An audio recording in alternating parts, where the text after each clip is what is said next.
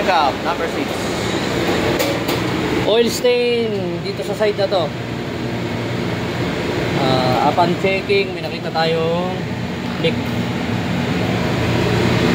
Wala ka straight? Medyo. Fitting shot o sensor? Sensor.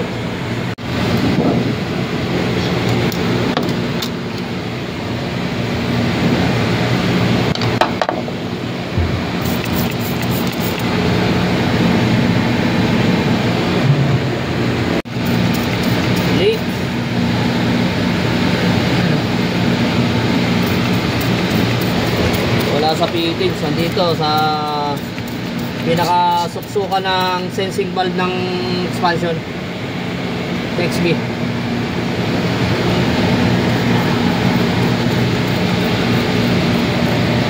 Ito muna natin i-repair. Saka natin ito troubleshoot bakit umiinit yung compressor. Yung number 6 i-repair natin, hinangin natin yun. So, hintay lang tayo ng acetylene. Sige. Pwede natin matayin. Nagkasalpakan na namin ang gauge. I-release na namin yung pressure para paghinang, dire-diretso. Hinangin natin yan, boss. Ano nangyari sa unit? Napilay siya. Kasi takbo ng takbo. Ayan, tuloy. Lumabas yung buto. Ikaw kasi. Kaya abangan natin yung repair mamaya. Si Boss Nelson ang maghihinang, pinakamalupit sa lahat. Shoutout mo na, boss. Shoutout nga pala sa asawa ko.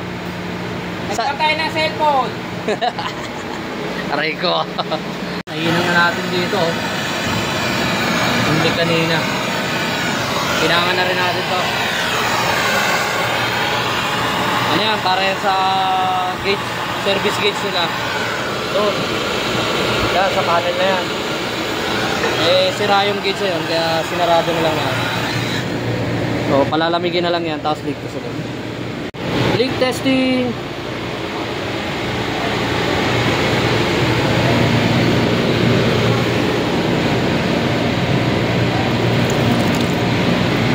Wala na. So, proceed na tayo sa vacuum, tapos charging na tayo. Balik yung vacuum pre, ha? Yung number 11 na pinagagawa ay number 6 na ginawa natin kanina. Natitending kanina nun. Ayan, ayan na siya. Negative 11 na siya ngayon.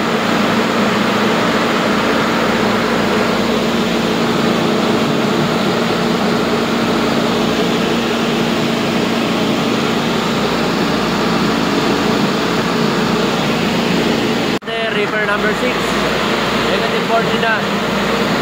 Okay na yung unit, hindi na namamatay kasi nasolve na natin. Kaya namamatay yung compressor kasi ano nag-high pressure siya kasi wala nang karga. Okay na tong unit ito, okay na.